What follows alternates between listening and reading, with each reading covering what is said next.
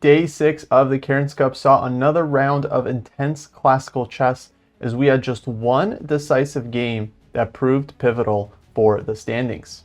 Jumping into today's results, the leader Tan Zhongyi was held to a draw by Nana Dzagnidze. We also had draws in the All-American Derby, Lee versus Krush, as well as in Paehtz versus Muzychuk, and in Harika versus Zatonskih. The only decisive game was won by the former women's world champion Alexandra Kosteniuk, who overturned a difficult endgame to defeat Mariya Muzychuk. Going into tomorrow's round 7, Tan Zhongyi continues to lead with 4 out of 6 points, with Harika and now Kosteniuk just a half point behind with 3.5.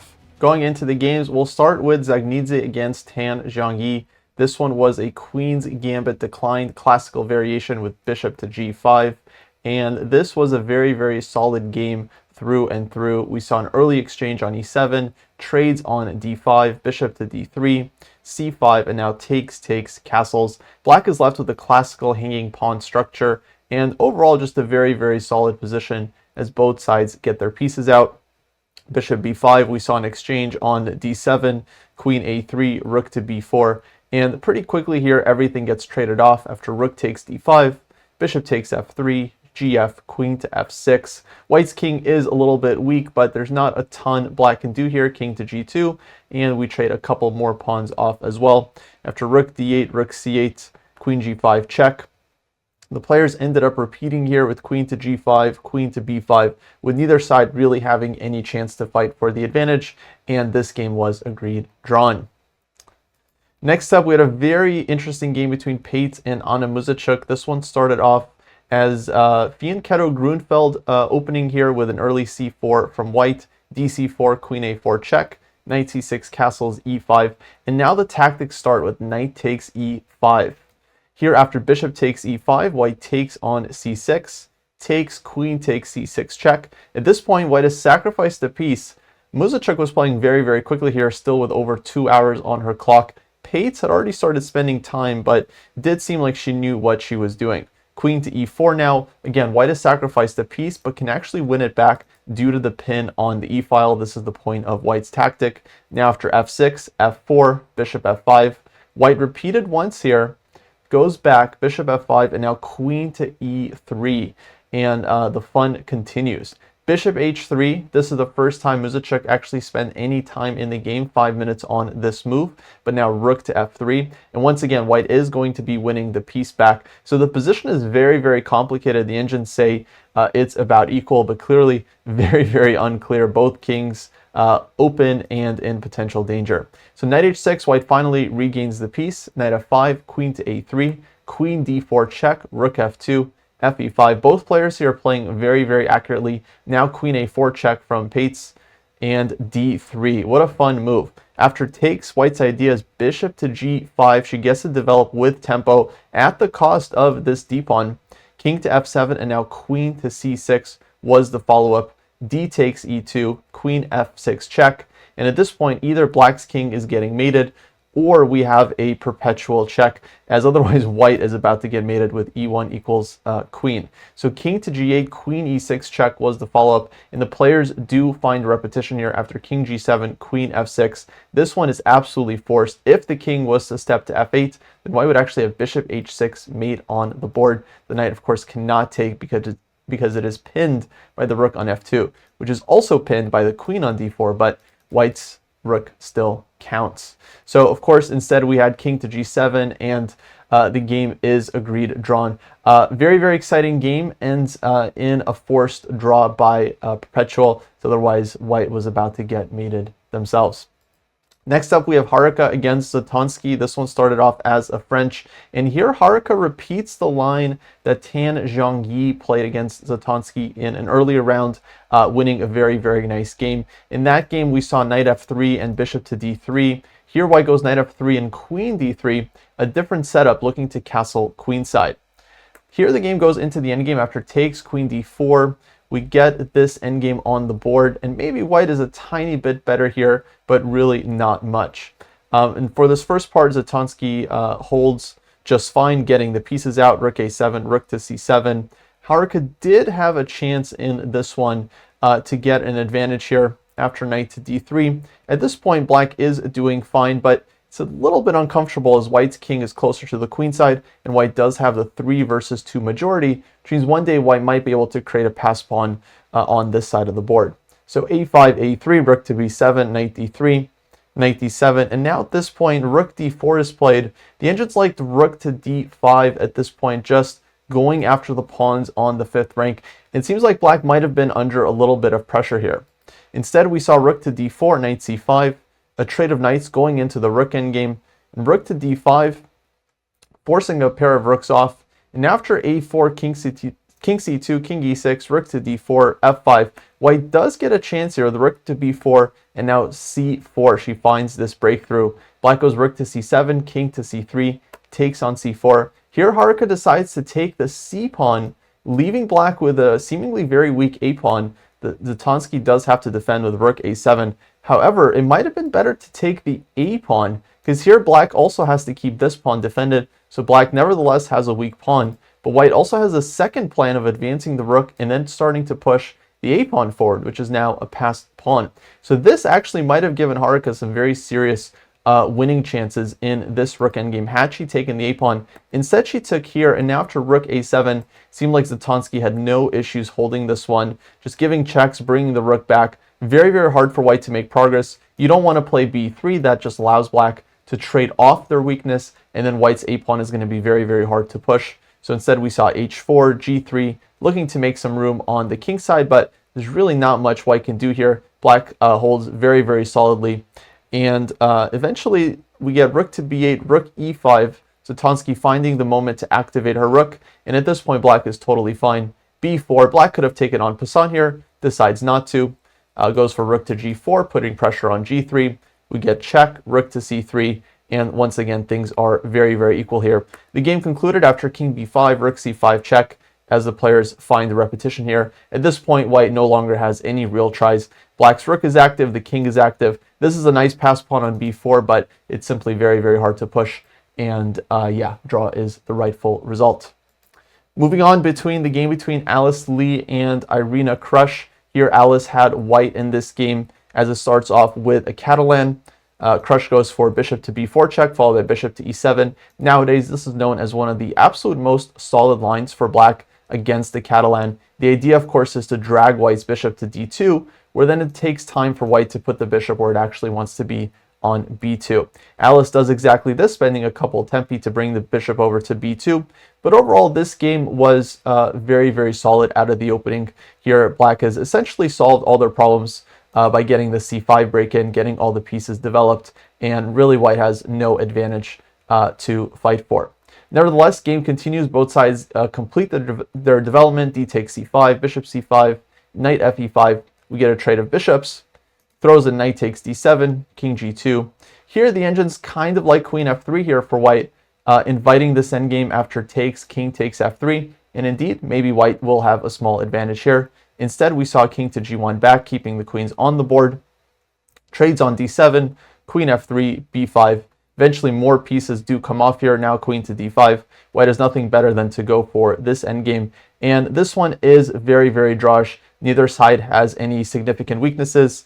All the minor pieces are in the game. The kings are coming through.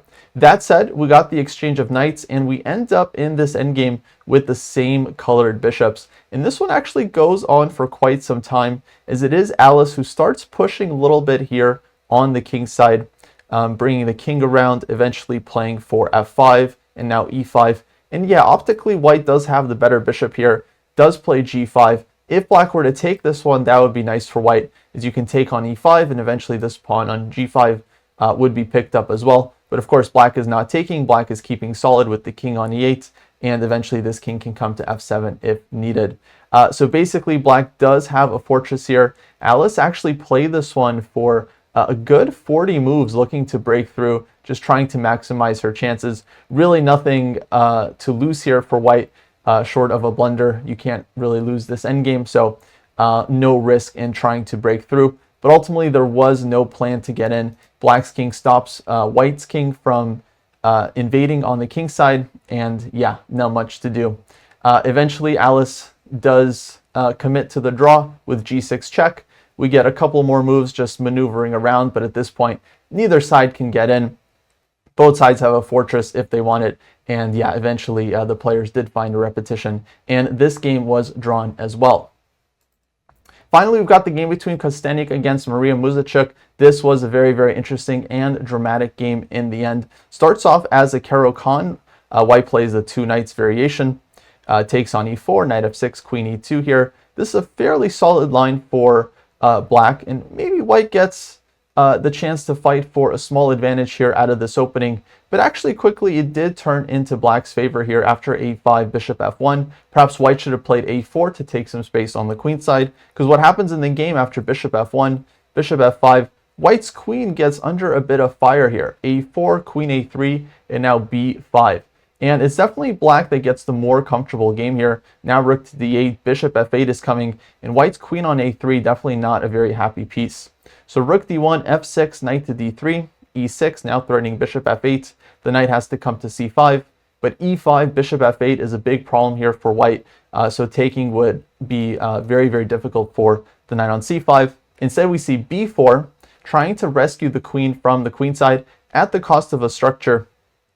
And black definitely gets the initiative here. Now c4 from Kosteniuk, definitely a good move, looking to trade off some more pawns. Takes on c4, bishop c4, and we end up with this endgame. And eventually here we do get the decision from black to take the knight on c5. And we end up in this endgame with bishop and knight against the 2 bishops. And it is actually black here that is doing well. The knight on d5 is incredibly strong. White's 2 bishops lack targets here, and white's structure is definitely weak in the long run, with 2 weaknesses on c5 and a2.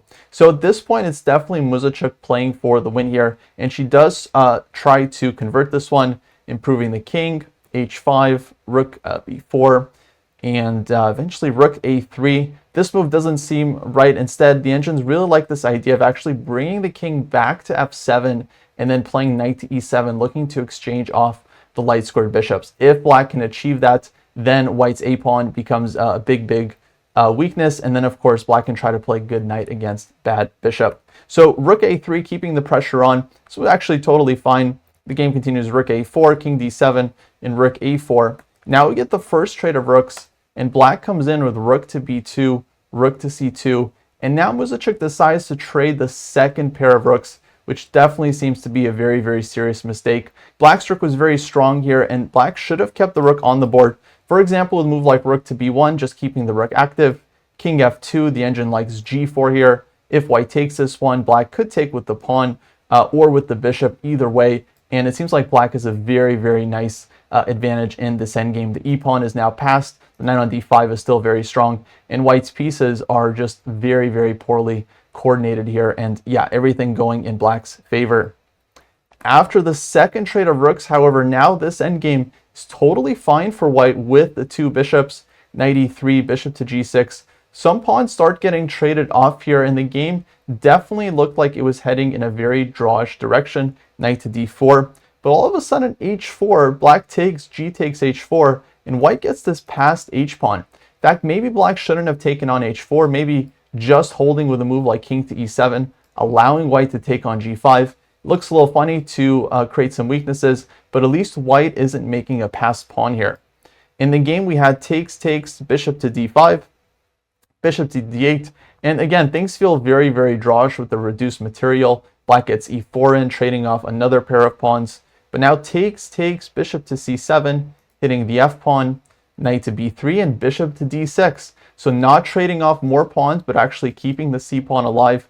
And all of a sudden here, things actually start to get very, very tricky for black, as white does have this passed h-pawn and the 2 bishops to support it. So bishop to d5, h5 check, and now king to g5. This ends up being a very, very serious mistake, as now bishop e7 check, bishop f8 check, and white's pawn is advancing. Now bishop to c2, and both bishops are working. Had black gone up here with king to g5, then h6, and it's actually going to be very hard to stop this pawn, because bishop c2 is coming. If bishop to e4, then the knight hangs on b3.